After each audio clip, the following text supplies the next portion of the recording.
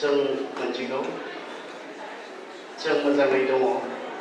आरो बेबायदि मोजां सम आरो खाबुखौ मोनदों इसोरनि अननायनिफ्राय। इसोरा अनाब्ला बिनि अननायनिफ्राय नङाब्ला आरोबाव दसे समबो जोङो थांनानै थानो हाया। बेनिखायनो जों जे बे समाव बेवहाय मोजाङै दङ बे जाबाय सोरजिगिरि बिफा इसोरनि अननाय। बेनिखाय सिगांग्रो इसोरखौ हामबायनोसै बे मोजां मोनाबिलि समनि थाखाय। नैथियावहाय बिथां प्रिन्सिपाल आरो लोगोसे बेंटल कलेजनि गुबुन गुबुन बिफाननि मान होजाथाव फोरोंगिरि बिथांमोन, लोगोसे फरायसा फरायसुलि साफ्रोम बिथांमोन आरो स्पेशली जायफोरा दिनै बे इभिनिंखौ जोंनो लागै थामथिम खालामनायाव बिबान लादों बिथांमोनखौ धन्यबाद होदों। नोंथांमोननि बे रंजानाय समावहाय आंबो आरो स्पेशली आंनि फेमिलिजों लोगोसे नोंथांमोनजों बे रंजानायाव बाहागो लानो बे खाबुखौ आंनोबो नोंथांमोननि अननायनिफ्राय होनायनि थाखाय आं थारैनो गोजोननाय मोनदों आरो आंनिफ्राय रोजा रोजा बिथांमोन जायफोरा बे प्रग्रामनि समाव आंखौहाय गोसोखांबाय आरो नोंथांमोनजों लोगोसे थाफैनानै नोंथांमोनजों लोगोसे सेलेब्रेट खालामनो बे खाबुखौ आंनो होबाय। फैबाय थानाय बर'दिन आरो गोदान बोसोर बिनि मुङै साफ्रोम नोंथांमोननो गाहाम हामग्लायनाय बावहरनाय थाबाय। दहाय जोंहा प्रिन्सिपाला बुंलांदों जोङो बे प्रग्रामखौ खालामो मानोना जोङो जि मेन ख्रिस्टमासनि डेट बर'दिननि जि अक्ट' बा सान बेवहाय जों गावबागाव न'खराव गावबागाव गिर्जाफोरावहाय जों बे प्रग्रामखौ खालामो। नाथाय बिनि आगोल जोङो जायफोरजों लोगोसे खामानि मावो जायफोरजों लोगोसे जों फरायो बिथांमोनजोंबो लोगोसे जोङो बर'दिननि मुङै रंजाफानो थाखाय बा रंजालांनो थाखाय जोङो बे प्रग्रामखौ खालामनाय जायो। आरो बेबायदियैनो बे एखे थांखिजों नोंथांमोननि कलेजनि फरायसा फरायसुलिफोरा बर'दिन बोथोर सफैनायलाय गोसोखांबाय। मानोना जोङो 25आव गावबागाव गामियाव गावबागाव न'खरजों लोगोसे जों सेलेब्रेट खालामनाय जागोन। बेनिखायनो बिनि सिगां जों जायफोरजों लोगोसे फरायो जायफोरजों लोगोसे खामानि मावो बिथांमोनजों लोगोसे बे बर'दिनखौ रंजानायजों फालिनो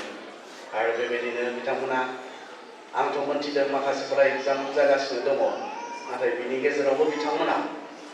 बे रिक्स लाबाय होननानै बुंनांसिगोन, बे बिबानखौ लाबाय आरो बे समायना इभिनिंखौ जोंनो लागै बिथांमोना थामथिम खालामबाय। बिथांमोननि खस्थ' खालामनायनि गेजेरजों जों बेवहाय बयबो दङ। बिथांमोना मान मोननो समायगौ, बाख्नाय जानो समायगौ। दा आंखौ उदालगुरिनिफ्राय लिंहरनायनि खारना मोननै आरो गोब्राब मोनसे टास्क आंनो होदोंमोन। बे टास्कआ जाबाय एखे समाव मोननै आयदानि सायाव खोथा बुंनो आंखौ खावलायदों। मोनसेया जाबाय फरायसा फरायसुलिफोरनो खोथा बुंनो आरो गुबुन मोनसेया जाबाय बर'दिननि सोमोन्दै बा जोंनि बेनारावहाय लिरखांनाय जि थीम दङ बे थीमनि सायावहाय। आं दासिमहालागै बेयाव जिरायनाय समावबो सानबाय थादोंमोन बबेखौ सिगां खालामनो बबेखौ उन खालामनो। फरायसा फरायसुलिफोरनो सिगां खोथा बुंग्रोनो ना बर'दिननि सोमोन्दै सिगां बुंग्रोनो। उनावहाय आङो साननानै बेखौनो थि खालामबाय बर'दिननि बाथ्राया बयनिख्रुइबो इम्परटेन्टसिन बाथ्रा जागोन खोमा। बेनिखायनो बेखौ जे नोंथांमोना बावगारनाङा बेखौ उनावहाय बुंनोसै। फरायसा फरायसुलिफोरनो माखासे खोथाफोरखौ बुंग्रोनो हास्थायबाय। फरायसा फरायसुलिफोरनो जों बुंनाय खोनाबाय थाखायो, फोरोंगिरिफ्रा जोंखौ मटिभेट खालामबाय थाखायो। बेनिखायनो अबশ্যै बेबो गोनां, नाथाय बर'दिननिया मस्ट इम्परटेन्ट जागोन। बेनिखायनो बर'दिननिखौ बुंखांनानै फरायसा फरायसुलिफोरनो बुङोब्ला बै बर'दिननि बाहागो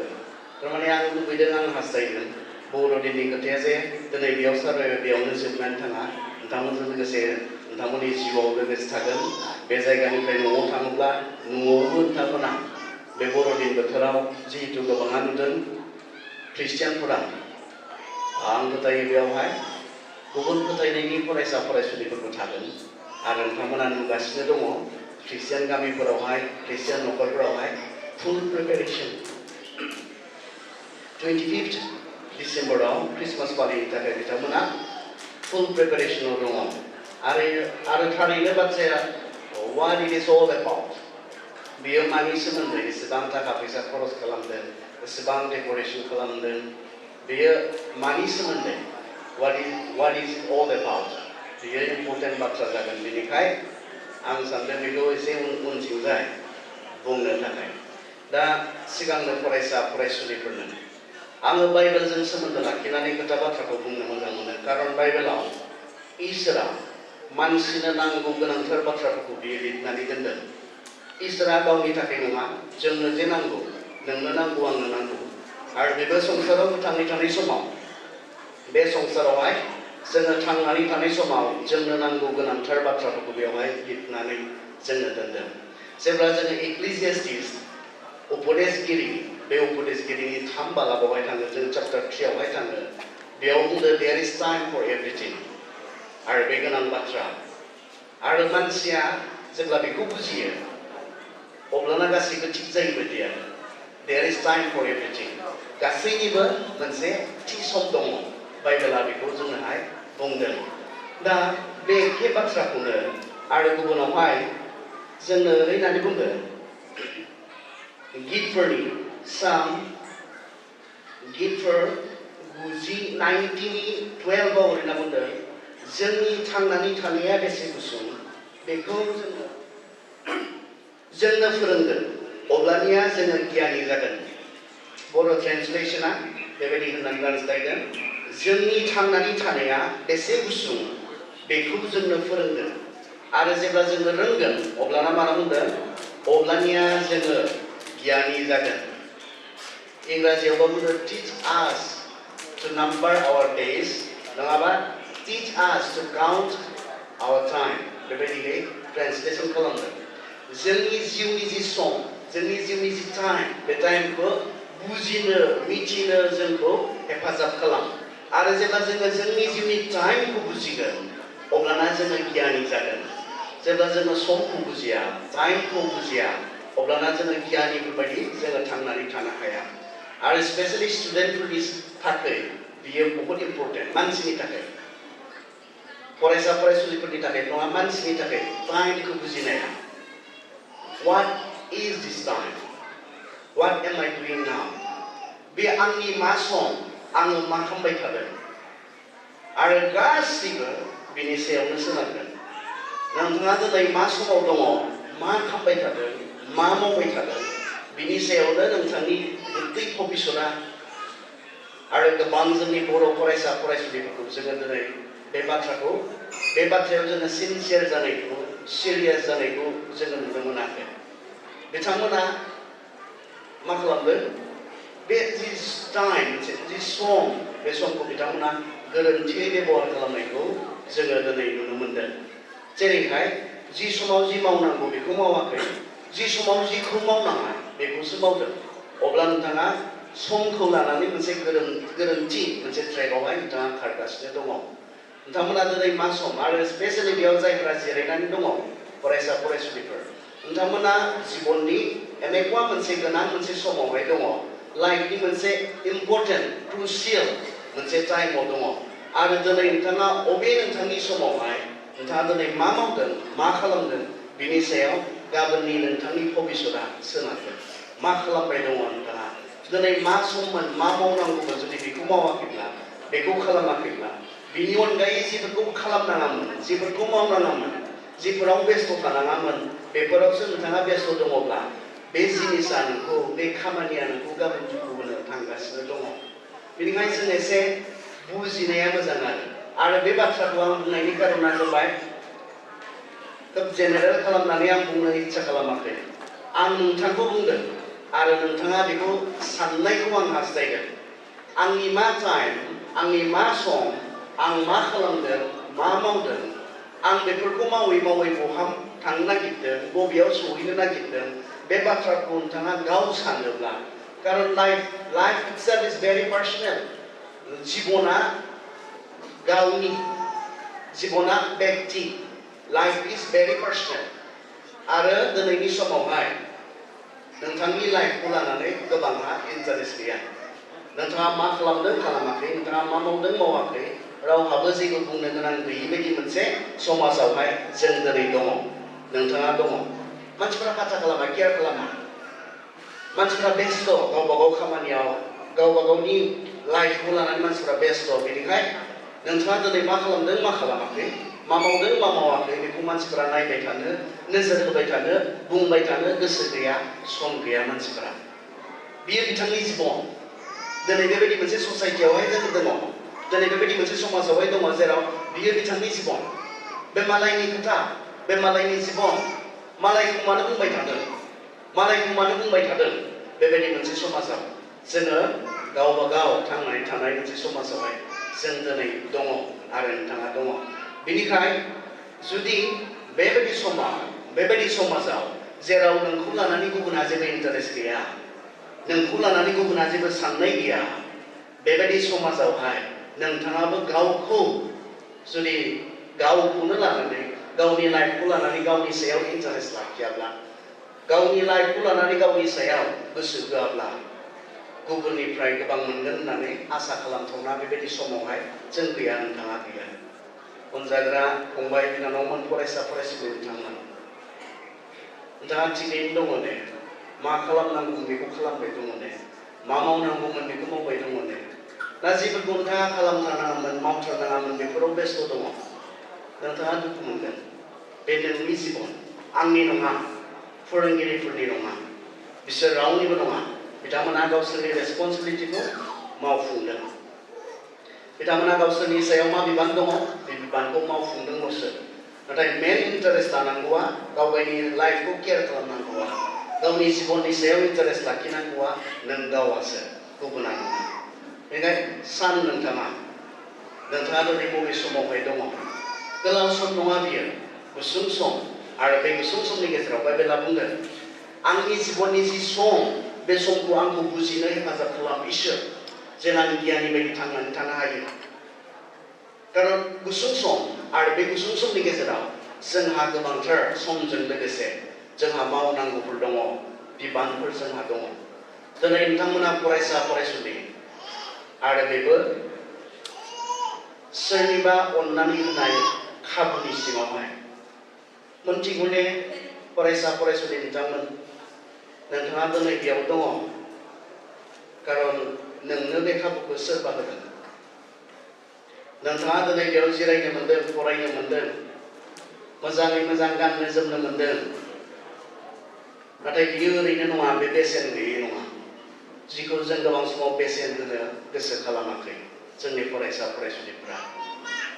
नोंथाङा दिनै बेयाव दङब्ला सोरनिबा खस्थ' खालामनायनिफ्राय मोननाय खाबुनि थाखाय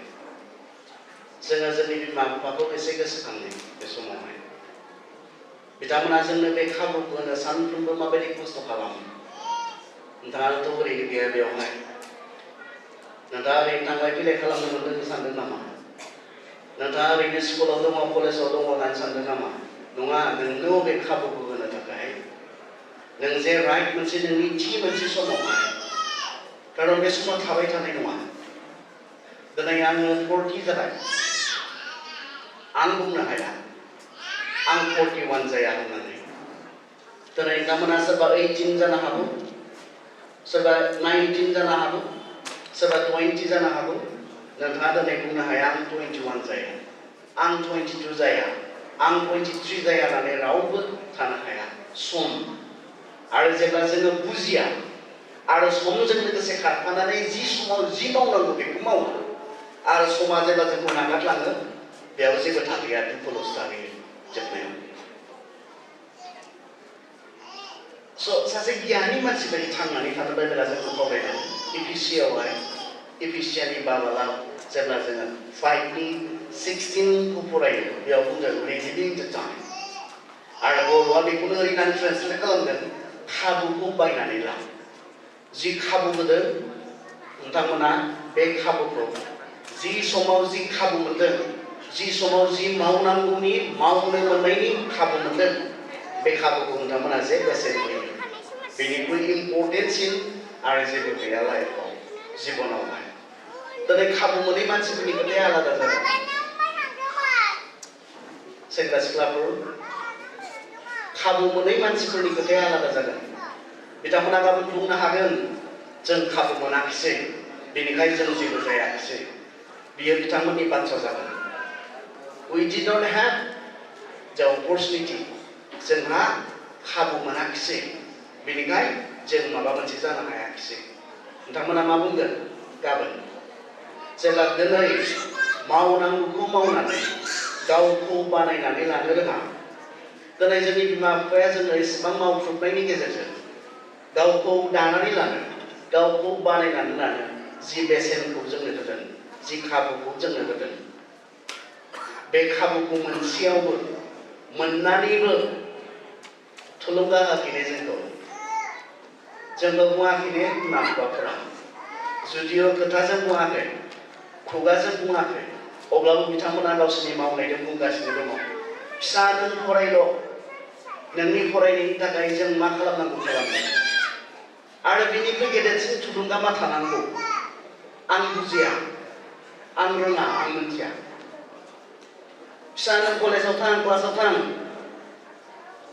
दिनैथ' आरो बांद्रायनाय ने गावनि फिसानि मोजांखौ हास्थायनानै माखासे मावनो नाङै खामानिखौबो मावनायखौ जों नुनो मोनदों जिफोरा लिगेल नङा बैसो जायै सिगां गावनि गथ'नो गारिफोर होनाय बेफोरथ' इलिगेल आयेन बेरेखा बेफोरो 18 जायाखै गारि सालायनो मोना आखायाव लाइसेन्स गैया गारि सालायनो मोना अब्लाबो गथ'आ मोजाङै फरायो खोमा अब्लाबो गथ'आ फरायनानै माबा मोनसे जायो खोमा आसाजों हायाब्लाबो हाया जोङो गासैनो सुबिदाखौ फरायनायनि मुङै होगासिनो दङ नाथाय जों मा खालामगासिनो दङ प्रश्नआ बिसोर बिथांमोननि होनाय खाबुआव खोथाया जोबा बे खाबुखौ मोननानै आं मा खालामदों बेयावसो जोबगोन खोथाया आं जे इसिबांखौ फावना होनाय खाबुखौ मोनदों बे खाबुजों आं मा खालामगासिनो दङ गोबाङाथ' गेलेदों बे खाबुजों बिमा बिफाखौ ब्लेकमेल खालामदों फरायनायनि मुङाव जेन फरायदोंसो सानफ्रोमबो बिमा बिफानिफ्राय थाखा फैसा लायै कलेजाव थांलाय फैलाय खालामदों खिन्थु गोसोआ एसेबो फरायनायनि नङा माखासे फरायसा फरायसुलिफोरनि कलेजाव थांलाय फैलाय खालामनायनि जाहोनफोरखौ आं खोनादों आरो माखासे फरायसा फरायसुलिफोरनिफ्राय सासेनिखौ खोनादों ओरैनानै बियो कलेजाव थांलाय फैलाय खालामोनो खारन कलेजनि मुं लायोब्ला बिमा बिफानिफ्राय सानफ्रोमबो थाखा फैसा मोनो बिनिया इन्टारेस्टआ कलेज फरायनायनि मुङाव बिमा बिफानिफ्राय एसे पकेट मानि मोननाय आरो सासेनिया नैबेबायदिनो मानोना कलेज फैनो होननानै बुङोब्लासो बाइक दांनो मोनो बेनि फरायनायनि इन्टारेस्ट गैया गोसो गैया खिन्थु कलेज होननानै बुङोब्ला बाइक आखायाव मोनो नालाय कलेजाव फैनाय फैया बिनि उननि खोथा बियो बाइक लानानै बबेबा थाङोब्ला बेरायलाबायोब्ला बियो बिनि खोथा नाथाय न'आवब्ला कलेजनि मुं लायो मानोना आखायाव बाइक मोनो आरो सासेनियाथ' जाद्रायथारा खोनाबाय आं सासेनिखौ बियो कलेजाव फैयोनो फरायनायनि नंखाथारा गावनि जिएफआ फैयो जादों बिनिया गार्लफ्रेन्डआ फैयोनो बिनिया बिनिखाय डिउटि होनांगौ अफ पिरियडफोराव सोरबा गुबुन सेंग्राजों जिरायगोन नामा रायज्लायगोन नामा नायफैबाय थानांगौ बेहा फरायनायनि नङा आरो बेफोरबायदि जाहोनजों जोंनि फरायसा फरायसुलिफोरा जों सानदों जोङो बिमा बिफाखौ थगायनो हादों हाग'दों होनना बुङो जों उदालगुरिनिफ्रा हाग'नाय बायदि मोनदों आरो जोंखौ पात्ता मोनाखै मोनथियाखै जोंखौ खिन्थु बे खामानिया गाबोन नोंखौसो हमगोन रावखौबो हमा नोंनि बिमा बिफानि सायाव बे फैनाय नङा अबसे दुखु मोनगोन खारन जेराव एक्सपेक्टेसन दङ बेयाव डिसएपइन्टमेन्टबो दङ जेराव आसा खालामनाय दङ बेयाव दुखु मोननाय दङ बिमा बिफायाथ' जोंनो मैगं फानै ओरैनो जोंखौ स्कुलाव फैनो होआखै बबेबा लामा सेरावहाय साहा गला होनानै जोंखौ स्कुलाव कलेजाव ओरैनो फैनो जोंनो थाखा फैसा खरस ओरैनो खालामाखै बेवहाय गेदेर आसा दङ जों खस्थ' खालामगोन नों माबा मोनसे जानांगौ होननाय बाथ्रा दङ बेवहाय जों खस्थ' खालामगोन आंनि फिसा नों माबा मोनसे जानांगौ होननाय बाथ्रा दङ जे बाथ्राखौ जोङो गोसो सिंनिफ्राय जोङो खोनायाखै आरो बे बाथ्राखौ जायफोरा खोनागोन ना बिसोरो बुजि मोनगोन आं इंलेन्डआव जेब्ला दङमोन सासे प्राइभेट स्कुलनि गथ'खौ आं लोगो मोनदों ओरैनो इंलेन्ड बायदियाव गोबां फरायसा फरायसुलिफोरा प्राइभेट स्कुलाव फराया खारन बिसोरनि सरकारि स्कुलफोरानो गभर्नमेन्ट जि स्कुलफोर दङ बेनो बेस्टखा नाथाय बेबायदि बिमा बिफानि गथ'फोरा फरायो जाय बिमा बिफाया जानो हागौ कान्ट्रियाव थाया गुबुन गुबुन हादोराव पेपार बिजनेस खालामो सोरबाया गुबुन गुबुन फरेन मिनिस्ट्रियावहाय दङ बिथांमोना गावसोरनि फिसाफोरखौ बेबायदि जेराव क्रर क्रर थाखा होनानै बिथांमोना गथ'फोरखौ फरायहोनांगौ जायो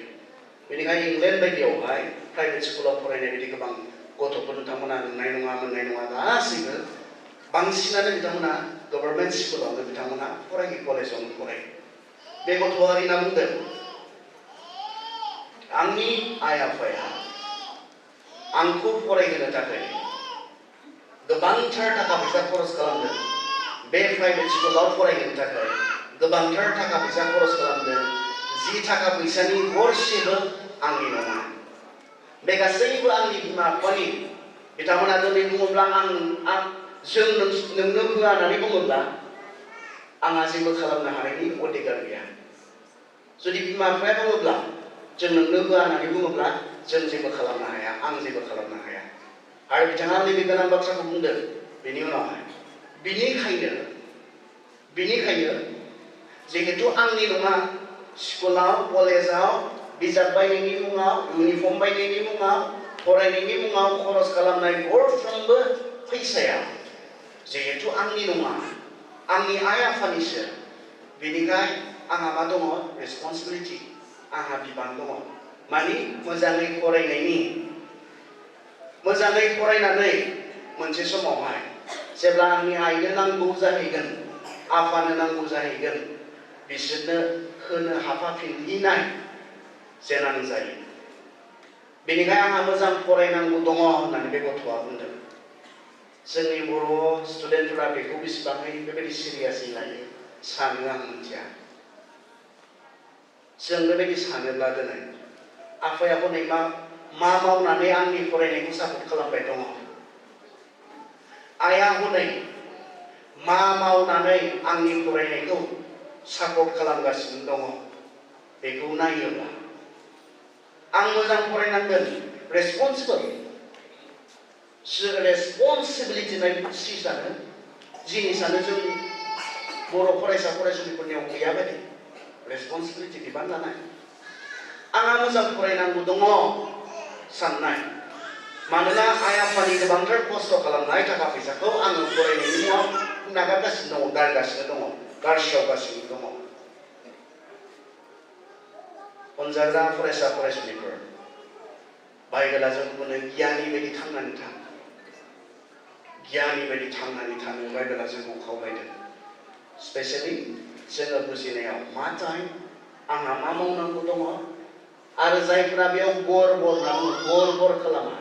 गोरोन्थि खालामो बिसोरो समजों लोगोसे रंजानोबो मोनगोन जायफोरा बुजिगोन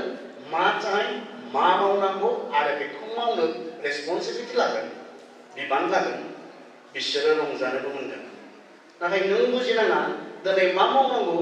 मा खालामनांगौ बेखौ साननो हानो नाङा बुजिनो हानो नाङा आरो मावनो नाङा गाबोन अट'मेटिकेलि दुखुआ नोंनियावसो फैगोन रावनिबो सायाव नङा गाज्रि मोननाय नङान्दां आं खावलायोब्ला बेवहाय जिरायनाय साफ्रोम लेक्सारारफोरखौ दसे सम प्रफेसारफोरखौ दसे सम सिखारनो आं खावलायदों दसे सम जास्ट 1 मिनिट मोनसे होननाय नङा आङो दे खनसे ओरैनो गिदिंनानै होगोन दे स्टुडेन्टफोरनि फरायसाफोरनि खनसे सिनायखायो अब्लाबो थेंक इउ नुबाय ने नायबाय ने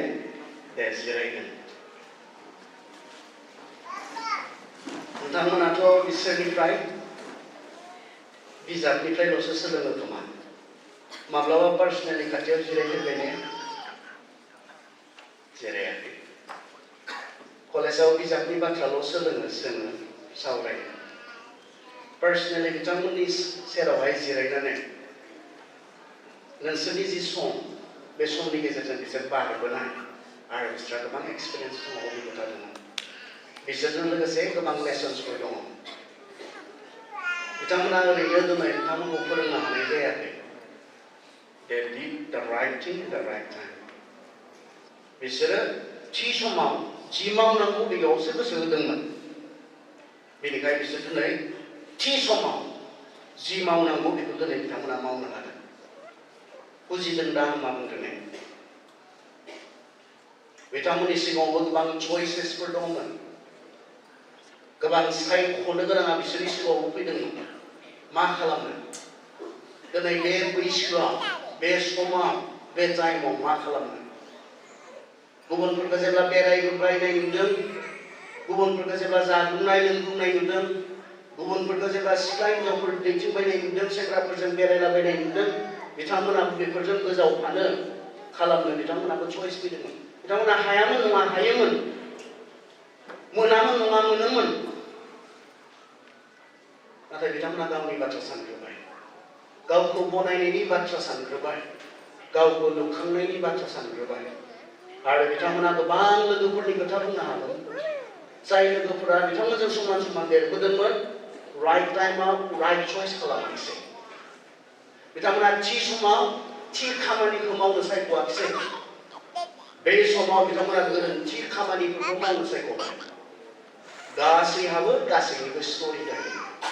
बिथांमोना देरहानायनि स्ट'रिफोर दङ। बिथांमोना दिनै जि चेलेन्जेसफोरजों मोगा मोगि जानो गोनां जादों, बिथांमोनाबो जादोंमोन। जों रावबो आलादा नङा, जों रावबो गुबुन नङा, जों बयबो मानसि। आरो मानसि हिसाबै जों बयहाबो जोंनि सिगाङाव चेलेन्जेसफोर थायो, मोगा मोगि जानांगौ थायो। आरो आं सानो जेराव जोंहा मोगा मोगि जानांगौआनो गैया बेखौ देरहानायबो बुङा खोमा। जेराव जुजिनांगौआनो गैया जोंहा, बेयाव देरहानायनि खोथाया बबेनिफ्राय फैयो? जेराव जोंहा मोगा मोगि जानांगौ गैया, जुजिनांगौ गैया, बेयाव देरहानायबो गैया। देरहानाय होननानै बेयाव खायसे बुङो जेराव जोंहा जुजिनांगौ दङ, जेराव जोंहा नांनांगौ दङ, बेनिखायसो बेखौ मा बुङो? देरहानाय बुङो।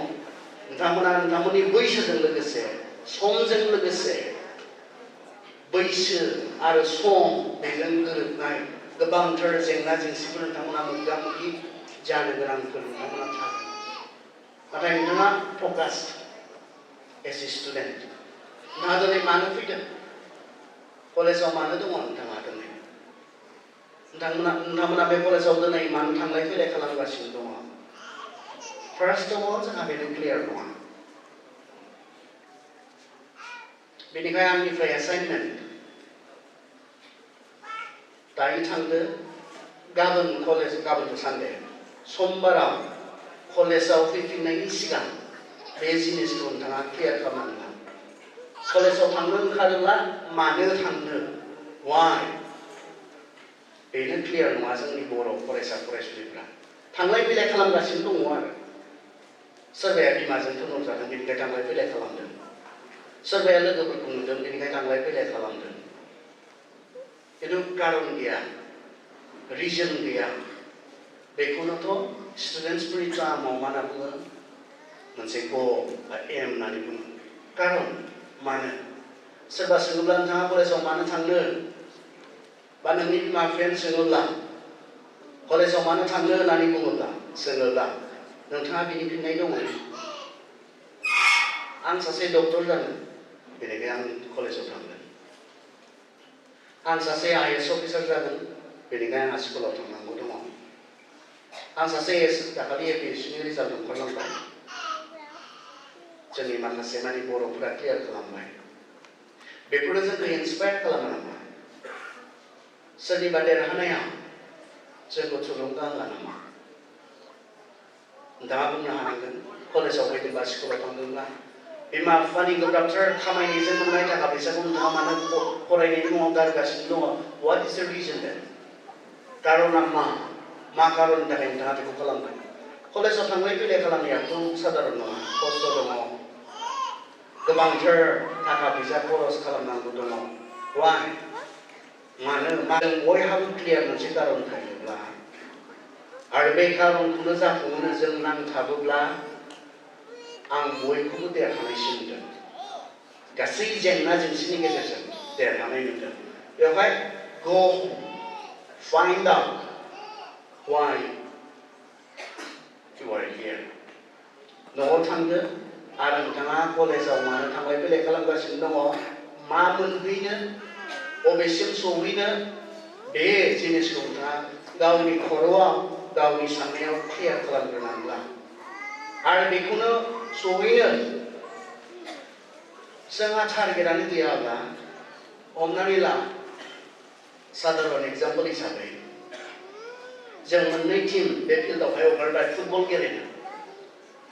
नाथाय जों खोन्थायाखै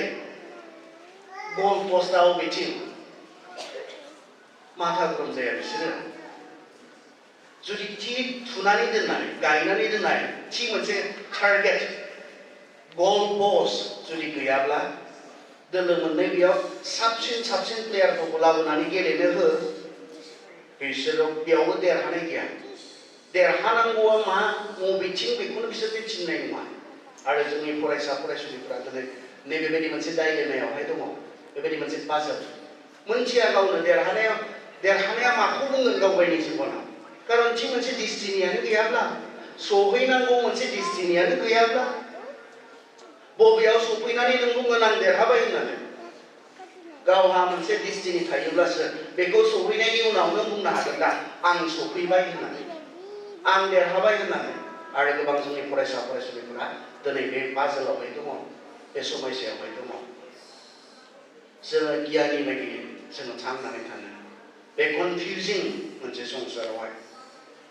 जोंनि लाइफआ गुबुनजों बारा सोमोन्दो गैयै बायदि दिनैनि बे संसारावहाय नोंथाङासो नोंनि जिबनखौ लानानै गाव गोसो होनांगोन गाव साननांगोन फरायसा फरायसुलिफोर जोङो एकाउन्टेबल जों रेसपन्सिबोलल' नङा जों एकाउन्टेबल जोंहा हिसाब होनांगौ दङ जोङो जोंनि जिबननि समखौ माबोरैहाय बाहायगोन जोंहा हिसाब होनांगौ दङ जोंनि बिमा बिफानि खस्थ'जों खामायनाय थाखा फैसाखौ जोङो माब्रै जोङो बाहायगासिनो दङ जोंहा हिसाब होनांगौ दङ दहाय जोङो जोंनि सिगाङाव फोरोंगिरिफोर सिखांनाय नुबाय बिथांमोननि रावनिबो बिमा बिफाया दिनै रिग्रेट जानाय नङा इसेबां खस्थ'जों मोननाय थाखा फैसाखौ बिसोरनि फरायनायाव ओरैनोसो गारबाय होननानै रावनिबो बिसोरनि सासेनि बिमा बिफाया बुंनाय नङा बिथांमोना बिखा बुनानै बुंनो हागोन आङो गोबां खस्थ' खालामनानै आंनि खस्थ'जों खामायनाय थाखा फैसाखौ आंनि फिसाखौ फरायनायाव आङो गारस्रावबाय आं मोजांखौनो खालामबाय बिसोरनि बिमा बिफाफोरा बिखा बुनानै दुखि जानानै बुंगोन आं मोजांखौ खालामबाय होननानै गाबोन नोंसोरनि बिमा बिफाया मा बुंगोन एखे बाथ्राखौ बुंगोन जेब्ला नोंथांमोना देरहासार जागोन एखे बाथ्राखौ बुंगोन जेब्ला नोंथांमोनाबो बिथांमोननिफ्राय मोननाय थाखा फैसाखौ लानानै गावखौ लुखांनानै दिन्थिनो हागोन नाथाय जेब्ला नोंथाङा इसिबां खाबु मोनसेयावबो इसिबां सापर्टिभ बिमा बिफा थासेयावबो नोंथांमोना जुदि मोजाङै फरायाब्ला गाबोन दुखुजों बुंगोन नोंनि बिमाया नोंनि बिफाया इसिबां थाखा फैसा खरस खालामनो जुदि जादेरथारै जेरावबो उदायै बे गथ'नि थाखाय बेंकआव दोनोमोनब्ला दिनै आंनि मावनो हायै बैसोआव मुलिफोर बायजानो गांसे गाननै गाननाय जोमनायफोर गाननो जोमनो थागौमोन बे खस्थ'जों खामायनाय थाखा फैसाखौ बिनि मुङै आङो ओरैनो गारबाय बेबायदि होननानै बुंगोन जेब्ला नोंथांमोना बे बिमा बिफानि अननायजों होनाय खाबुखौ गोसो गोथारै नाजावनानै गावखौ बानायनो गावखौ दानो गोसो होनाय नङा You have the opportunity, you have the time. And it is today. बियो दिनैसो गाबोन नोंथाङा फरायबाय थागोन होननानै बुंनो हानाय नङा समाथो ना दिनै आं बुङोब्ला आंबो बेंटल कलेजाव एडमिसन लानोसै होनना बुङोब्ला नोंथांमोन बयबो मिनिगोन खारन it is not my time. नंगौमोन मोनसे समाव फरायनो हायोमोन मोनसे समाव खिन्थु दिनै बे बैसोआ बे समा फुना आंहा दिनै बैसोजों लोगोसे समजों लोगोसे गुबुन मोनसे बिबानसो सफैबाय मोनसे समाव आंनि आइ आफायाबो नोंथांमोननि बिमा बिफाफोर बायदि नोंथांमोनखौ जेरै फरायहोदों आंखौ फरायहोदोंमोन आं फरायनो मोनदोंमोन बै समावहाय खिन्थु दिनै समजों लोगोसे बैसोजों लोगोसे मावनांगौआ गुबुन जाफैबाय बिबाना गुबुन जाफैबाय गावहा गथ' दंसै बेखौ फरायहोनायनिसो सम आंहा फैबाय आरो नोंसोर बयहाबो समजों लोगोसे नोंथांमोननि मावनांगौआ सोलायगोन। गाबोन गावनो बिफा जानांगोन। बिफा जानानै गथ' गथायफोरनो नोंसोर जि खाबुखौ मोनदों बेनिख्रुइ साबसिन खाबुखौ नोंथांमोना गथ'फोरनो होनो हानांगोन। गाव रुवाथि थाबोनाय बिमाया नोंथांनो नैबे मोजां सुबिदाखौ होनो हादोंब्ला नोंथाङाथ' फरायनो मोननाय सासे बिफा जागोन। गाव सोरनावबा खामानि मावनानै थाबोनाय बिफाया नोंथांनो अबेबायदि मोजां मोनसे सुबिदाखौ होदोंब्ला नोंथाङाथ' फरायनो मोननाय सासे सिख्ला, नोंथाङा साबसिन बिमा जानो हानांगोन। साबसिन बिबान लानो हानाय नोंथाङा जानो हानांगोन गाबोननि समावहाय। खारन नोंथाङा खाबु मोनदों। गाव गावखौ मा बानायनो दा दिनै नोंथांनि आखायावसो बियो। जोंखौ सापर्ट खालामग्रा बिमा बिफा दङ,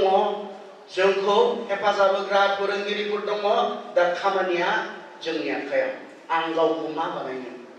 बेसेबां थाखा फैसा मोननाय, बेसेबां सालारि मोननाय मानसि बानायना लानो गावखौ, बे खाबुखौ जोंनो आखायाव नागारनानै होबाय।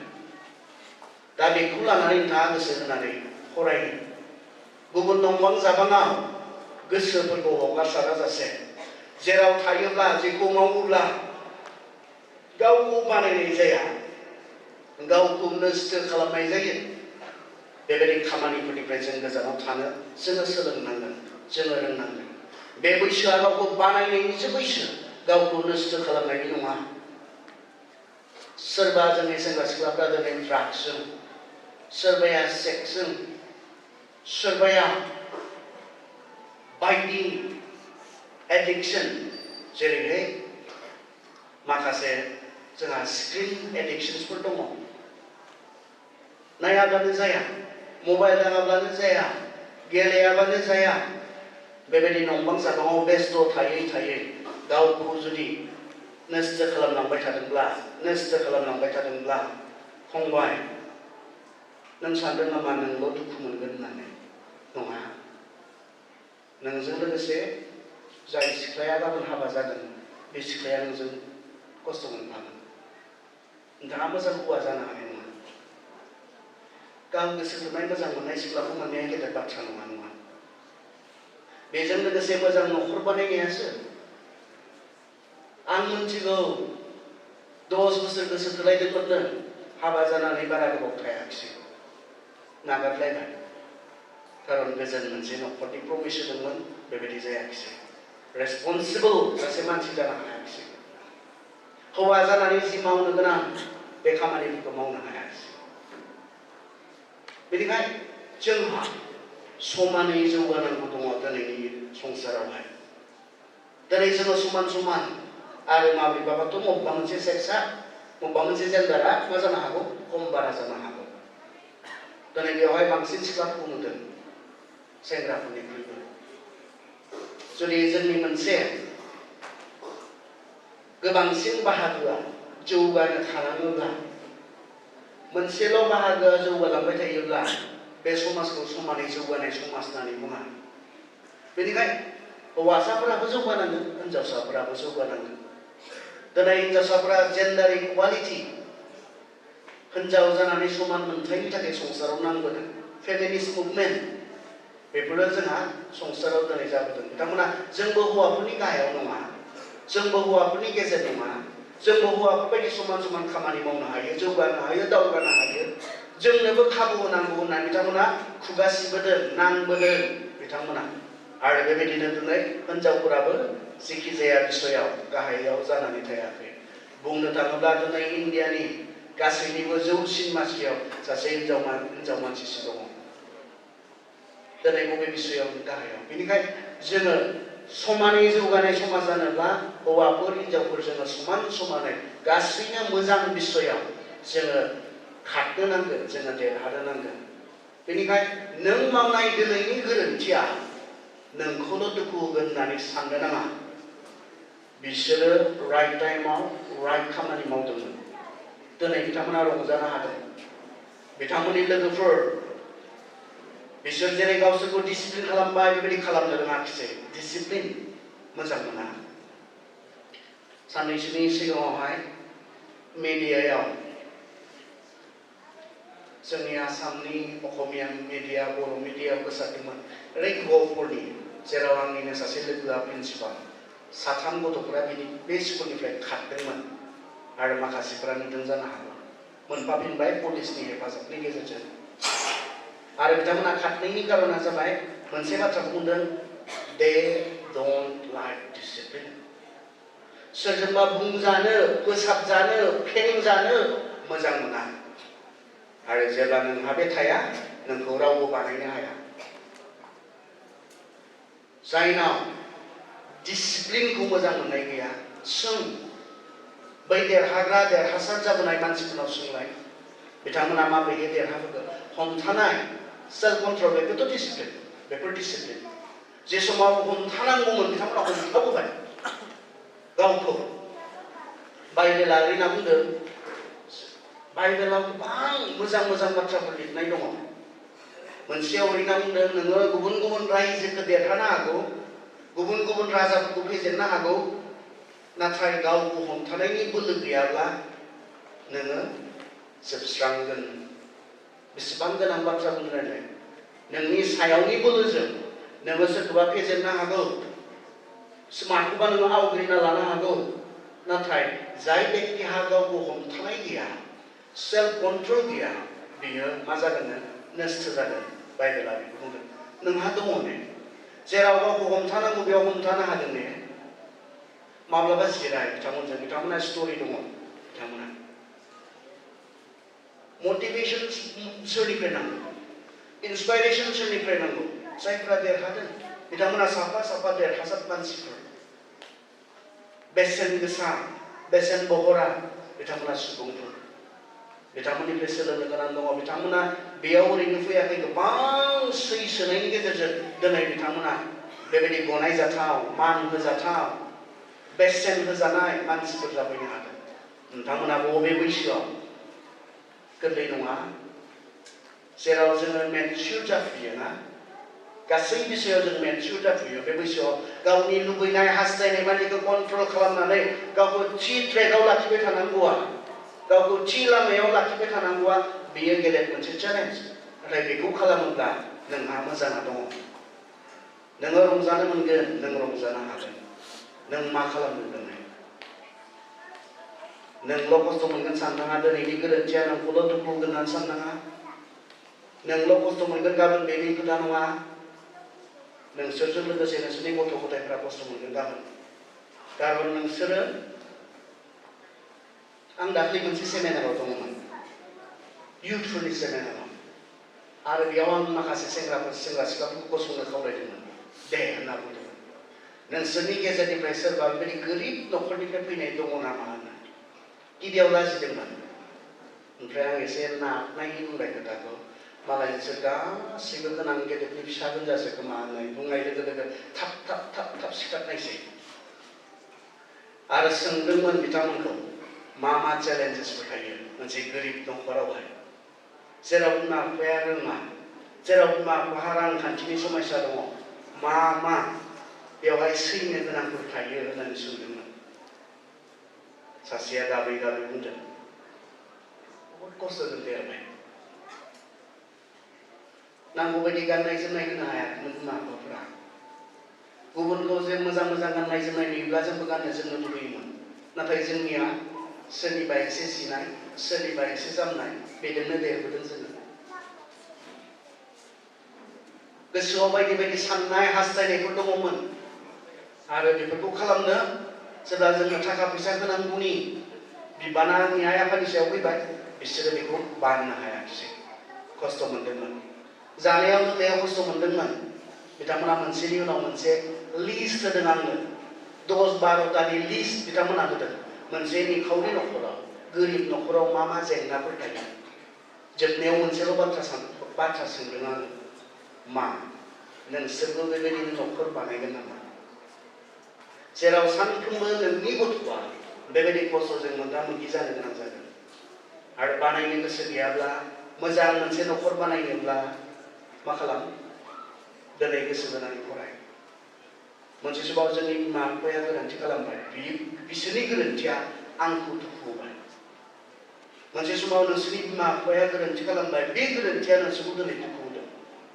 बे एखे गोरोन्थिखौ दाखालाम जेन' नोंनि गथ'आ नों बायदि खस्थ' मोना खारन नोंनो खाबु होदोंना दिनै गावखौ बानायनानै लानो दिनै जोङो ग्लबेलाइज मोनसे संसाराव दङ सेंग्रा सिख्लाफोर दिनै जोङो बिटिसिनि दाख्लै खोनाबाय आङो 3rd grade 4th grade बिनि मानसिफ्रा इन्टारभिउ होगासिनो दङ भेकेन्सि पस्टआ खैथाबा बिनि बेसेबांबा लाख लाख बारा मानसिफ्रा एप्लाइ खालामदों इन्टारभिउ एपियार खालामदों बेसेबां लाख मानसिफोरा रेजेक्ट जागोन खम सुबुं अनजिमाया सेलेक्ट जागोन माब्लाबा बेफोर बाथ्राफोरा जोंखौ मा खालामो फरायनायाव निराशा खालामो खारन जोंनि साननाय हनायफोरा फिसा दिनै जोङो ग्लबेलाइज मोनसे संसाराव दङ नोंथाङा बहा साख्रि मावनो दिनैनि संसाराव मानो बिटिसिनिल' खोथा दिनै नोंनि समाव मानो आसामनि साख्रिनिल' खोथा दिनै नोंनि समाव मानो इन्डियानिल' साख्रिनि खोथा दिनै नोंनि समाव नुवाखै नामा बिसोरखौ जायफोरा दिनै क्वालिफाइड बिथांमोना संसारनि जेरावबो खामानि मावनो हादों साख्रि मावनो हादों बेटार जब बेटार क्वालिटी अफ लाइफ बेटार सालारि खोनायाखै नामा नुवाखै नामा बेफोर जोंखौ फरायनो मटिभेट होआ नामा नोंहा गुन थानांगौ बेनोल'सो जोबनायाव बाथ्राया नोंथांनाव गुन दङब्ला नोंथांनि बे गुनखौ बयबो नुयो बयबो बेखौ नुनानै बेसेन होनो गोसो जायो गुन गोनां फरायसा फरायसुलिफोर जानो बबेयाव साख्रि मावनो नोंथाङा सिंगापुराव हायो नोंथाङा दिनै नोंथांनि समाव इंलेन्डआव आं गोबां सेंग्रा सिख्लाफोर लोगो मोनबोदों जायफ्रा इंलेन्डआव साख्रि मावहैदों भारतनि जोंनि बर'फोर नङा अबसे ओरै केरेलानिफ्राय सेंग्रा सिख्लाफोर लोगो मोनबोदों तामिल सेंग्रा सिख्लाफोर लोगो मोनबोदों पान्जाबनि गोबां पान्जाबिफोर लोगो मोनबोदों इंलिसाबो मोजां नंबावा बिसोरनिया अब्लाबो मावहैदों माथो हादों माथो इंलेन्ड बायदियावहाय सानसेखालि आंखौ सोंदों सासे बेयो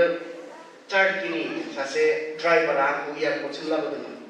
आरो जेब्ला आं रायज्लायबोबाय थादों आंनि रायज्लायनायाव बिथाङा आंखौ सोंदों नोंथाङा इण्डियानि आरो खनसे सोंफिनबावदों नोंथाङा इण्डियानि औ आं इण्डियानि मानो गले गले सोंदों बेयाव बुंबाय नोंथांनि इंलिसआ बैसोरनि इंलिसजों मिलाया माथो होनना बुंदों बै खोला भारतनि आंहाबो दङ लोगोफोर इण्डियान लोगोफोर दङ आंहा खिन्थु बिसोरनि इंलिसआ नोंनि इंलिस बायदि नङा होननानै बुंदों दा आं जेबो फिननाय होआखैसै जास्ट मिनिनो थाबाय आं बर' मिडियामावसो फरायनाय थाखोसेनिफ्राय आंबो खाबु नागिरदोंमोन इंलिस मिडियामाव फरायनो होननानै सासेल' फिसाला होननानै हायाखिसै आंनि बिमा बिफाया बे खाबुखौ गोबां दुखुजों फरायबोदों आङो बर' मिडियामाव आं बुंनो नागिराखै बर' मिडियामाव फरायनानै जेबो जानो हाया होननानै आं बुंनो नागिरनाय बाथ्राया बे सासेल' फिसाज्लामोनब्लाबो आं जे खाबुखौ नागिरदों आंनि बिमा बिफाया होनो हायाखैमोन आरो बेनि मोनसे कारना बाबा मामाया जेब्ला फरायनायनि खाबु मोनदोंमोन बिथांमोना फरायाखिसैनो हाबा जाबायनो आरो बियो दिनै आंनि सायाव इम्पेक्ट आंनि सायाव गोहोम खोख्लैफैदों नोंथांमोना दिनै मा गोरोन्थि खालामो बियो नोंखौल' नङा बे टाइमाव इसिबां इम्पर्टेन्ट टाइम जिबननि नोंथाङा मा खालामो नोंथांनि मबाइल गेलेबाय थानाया नोंखौल' नङा गाबोन नोंनि जेनेरेसनखौ नोंनि जोलै नोंनि गथ' गथाय नोंनि न'खर दुखु होगोन नोंथांनि उरां फारां बेरायबाय थानाया जि समाव फरायनायावसो गोसो होनांगौमोन गावखौ बानायनायावसो गोसो होनांगौमोन उरां फारां बेरायबाय थानाया गाबोन नोंखौल' नङा नोंनि गथ' गथायफोरखौ दुखु होगोन खस्थ' होगोन बेबायदिनो जों मोजां न'खर फरायनो हागोन बर' जाथि हिसाबै जों मोजां जागोन ने जेराव जोंहा गोग्गोम न'खर गैया गोग्गोम बिमा बिफा गैया बिमा बिफा माने मा दायित्व लानो गोनां फोरोंनो गोनां बनायनो गोनां दायित्व लानो गोनां हागोन ने जोंनि नोंसोरो मोजां जुदि गावखौ बानायनानै प्रिपेयार खालामनानै थामथिम जानानै जुदि सासे मोजां बिफा जायाब्ला मोजां बिमा जायाब्ला गाबोन जेब्ला नोंसोर गथ'फोरखौ बानायनो गोनां मोनसे समा फैगोन हागोन ने हागोन ना हानाय नङा अब्ला जोंनि गथ'फोरा जेरै मोननांगौ खाबु बेबायदि जों होनो हायाब्ला नस्थ' जालांनायनिल'सै बिथिंमोनथिं नस्थ' जालांनायनिल'सै जोंनो मानो एसटि खथा होनानै दोनदों कन्स्टिटिउसना मानो मा जोंनि मेलेमा गुबुनफोरनिख्रुइ खमनो आंथ' बिदि नुवाखै नाय बै चाइनिसफोरखौ नाय बै करियानफोरखौ नाय बै जापानिसफोरखौ माथो जोंखौनो बायदि नुयो बिसोरखौबो मेलेमाव खमखाय नङा जोंनो एसटि गथा होनानै दोननाया खाबु बिसोरनि बिमा बिफाफोरा जिबायदि खाबु होनांगौ जिबायदि जाहोनांगौ लोंहोनांगौ जिबायदि थाखा फैसा खरस खालामनानै फरायहोनांगौ बेबायदि हाया बिसोरो गोरिब अबस्थानि गैयै अबस्थानि बेनिखाय बिसोरो स्पेशेल गथा दोननांगोन मेलेमखौ नङा मेलेमनि केपासिटिखौ नायनानै नङा सोर बुंदों बबेयाव लिरनाय दङ बर'फोरनि मेलेमा गुबुननिख्रुइ खम होननानै बिब्दि नङा बिदि जोंनि अबस्था बे अबस्थानि थाखायसो बे अबस्थायावनो थाबाय थागोन ने जोङो नोंथांमोना दिनै खाबु मोननाय सेंग्रा सिख्लाफोर जानानैबो सोलायनाय नङा ने गोबां जोंनि सेंग्रा सिख्लाफोरा ओरैनो बुंनो नागिरो आं गोबांजों लोगो दङखाय नुयो गोरिबखायनो रावबो सिख्लाफोरा नायसना होननानै स्टेटास होग्रा सेंग्राफोर दङ गाव गोरिबखायनो रावबो सिख्लाफोरा नायानो मोजां मोनानो बेथ' टटेलि गोरोन्थि नोंथाङा दिनै गोरिबबो नङा धोनिबो नङा बे नोंनि नोम्फानि नोमानिसो स्टेटास बेयो गोरिबब्ला नोंनि नोमा नोम्फायासो गोरिब धोनिब्लाबो नोंनि नोमा नोम्फायासो धोनि बे नोंनि स्टेटास नङा नोंथाङा दिनै बनायना लानो खाबुल'सो मोनदों गोरिब जागोन आरो धोनि जागोना दिनै नोंथाङा मा मावदों बेनि सायावसो नोंथाङा गोरिब होननानै गोरिब जाबाय थानांगौ नङा नोंथाङा दिनै खाबु मोनदों फरायनो गावगायखौ बनायनानै लानो सोर बुंदों नोंथाङा गोरिब होननानै इसिबां मोजां खाबु मोननाय गथ'खौ फरायनो मोननाय गथ'खौ स्कुलाव फैनो मोननाय कलेजाव फैनो मोननाय गथ'खौ सेंग्राखौ सोर गोरिब होननानै बुंदों नोंथाङा सोलायनो हायो नोंथाङा दिनै सोलायनो हायो सोलायनो खामानि मावनो हायो नोंथाङा दिनै आरो बे खाबुखौ नोंथांमोना मोनदों टपिकआनो मोननै जाबाय बेयाव फोजोबनो सिगां बेखौ समा गोबां बुंनोथ' गोबां थायो अब्लाबो बे एसे जों मटिभेट खालामनो फरायनो गोसो होनानै फरायनो गावखौ बानायनो गोबाव सम नङा दाख्लै आंजों लोगोसे सासे डक्टर गथ' दंमोन जास्ट 23 इयार्स जादों MBBS फोजोबबाय बेसेबां बोसोर 23 नोंथांनि बैसोआव सासे डक्टर जानो हायो नोंथाङा मा खालामबाय थादों अबसे नोंथाङा गुबुन थांखि थानो हागौ बे आलादा खोथा नोंथांनि बैसोआव दानफायाव 70,000 मोननाय मानसि जानो हायो नोंथाङा मा खालामबाय थादों